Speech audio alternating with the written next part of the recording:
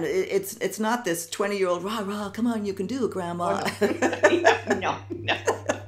It's here's what you can really do to improve your health and take charge of your health after 50.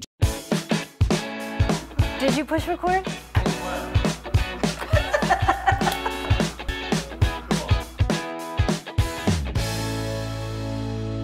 Thank you so much for tuning into our second act with Paige and Silka. Today we return to our expert segment day and our topic of getting fit after 50. And I want to welcome Julie Luedtke back to our program. Julie, thanks so much for joining us again. Well, thank you for having me. I appreciate it. Julie, you were on, I think last year at this time when we talked about your book, I've Fallen and I Don't Want to Get Up. Yeah, that was the one. To introduce Julie, if you haven't seen her segment, and we'll link to our first one, Julie, of course, is an author. She is also a certified personal trainer with a specialty in training older adults, those of us who are heading deeper into our second act. And that's what we're going to talk about today, because you're coming out with a new book. As a matter of fact, a series of books, the first of which is It's Healthy After 55, Living Your Best Life. Yes.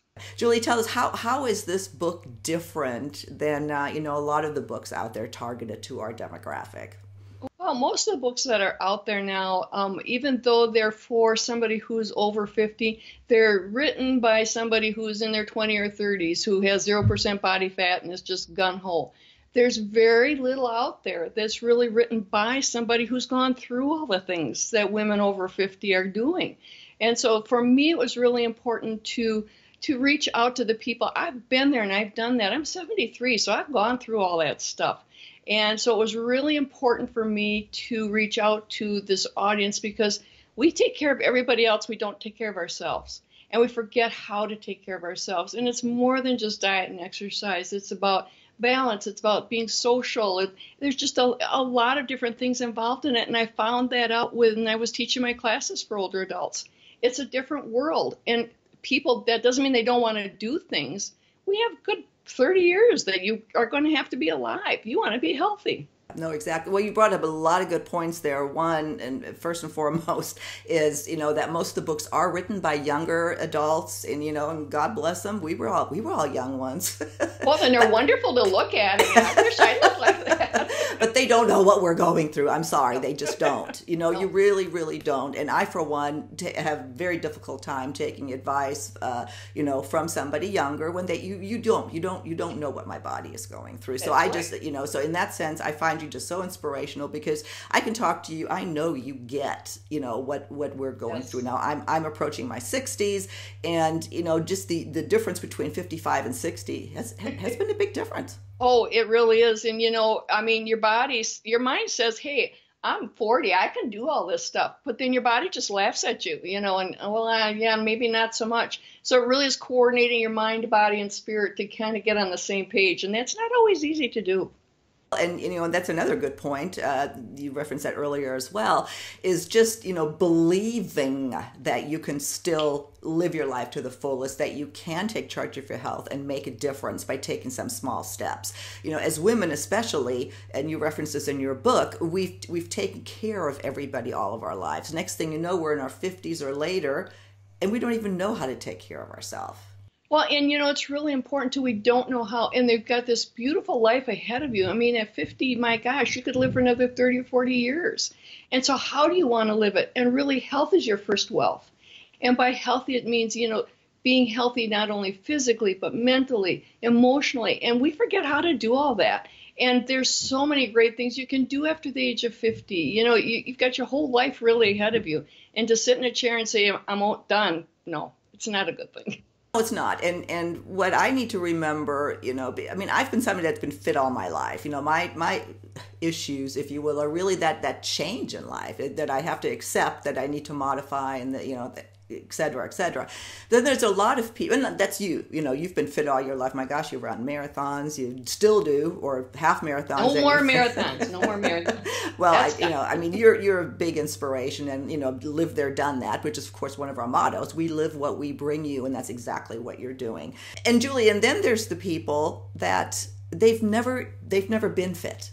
They don't really even know what it what it's like to feel good, let alone get started, after 50 on a fitness program. How do you motivate someone to believe that it's not too late? Well, it's never too late, really. And it's amazing. Our bodies are really a miracle. And so it really is all about your why. And everybody has a different why. Why do I want to be healthy? Maybe it's because you want to be able to play with your grandchildren. Maybe it's because you want to be able to take a trip and you don't think that you can walk through the airport. There's all kinds of different whys. So you have to dig deep, find out what your why is for motivation, and you start one step at a time. A marathon isn't run like, oh, I think I'll just go out and do 26 miles. No, it starts with one step. Well, life is a marathon, and it takes one step at a time. Sometimes it's 2 steps forward and 1 back, but it's getting started and motivating, and that's why the why is so important. Yeah. Well, and that's one thing that I liked about your book, too, is that each chapter really has a very a distinct focus on the emotional part of, Yes. Getting fit. Well, and that's just it, too. There's homework in every chapter. So there's little steps that you can take. You shouldn't do the whole book at one time. Take it one step at a time. It's a progression. And as you go through the book, you'll see that it's a progression. And then by the time you get to the exercise, you go, okay, I've done all the rest of the stuff. I can do this, too. Well, I know your example that you put in the book where, you reference imagine yourself on the floor playing with your grandchild and the door flies open, the wind, anyway, the child runs out and you can't get up quick enough to get the child. I don't think about these things because I don't have little kids around, but thinking about that and feeling so helpless by not being able to get up. And a lot of people are in that position. I mean, it's harder for me to get up now, and I'm fit. Yeah, exactly. And so, really that's one of the big things that I think that is important. And that's why, I show tips on how to stand up. You're not going to jump to your feet like you did when you were 20, but there are ways that you can do it. And there's ways that you can strengthen your legs so that it's not impossible for you to figure these things out and to do them just one step at a time. And I think that the big thing for me is independence. I want to stay independent. I don't want to have to depend on somebody else. And I see so many people that are, they're walking around and they have a hard time standing up and everything. And a lot of that you can't do anything about, but there's a lot that you can. And you have to know what you can do something about.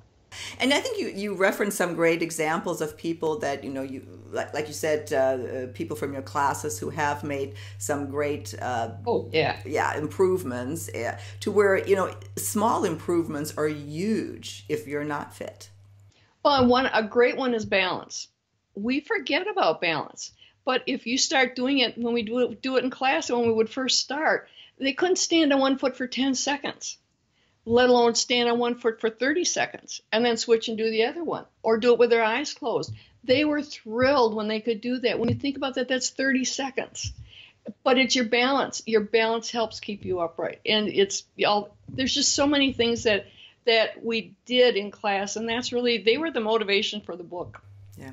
Well, and again, I thank you for writing the book, and I'm happy to help spread the word on it. You're very inspirational. You're relatable. You understand what we go through, and again, it's not this 20-year-old rah, come on, you can do it, Grandma. No. It's here's what you can really do to improve your health and take charge of your health after 50. Julie, is there anything else you would like to add before we close out the segment? Our time's almost up. No, I think that we've hit everything, but the important thing in the theme of the book is joy. Just one yes. Do it for yourself. One yes every day for yourself. Be selfish because your health is your first wealth, and that's the way to start. I couldn't agree with you more. Well, Julie, we will link to all your information. Again, I urge anyone to pick up the book, easy read, lots of great information, and we'll see you next time on Our Second Act with Paige and Silka. All right, thank you so much for having me. I appreciate it.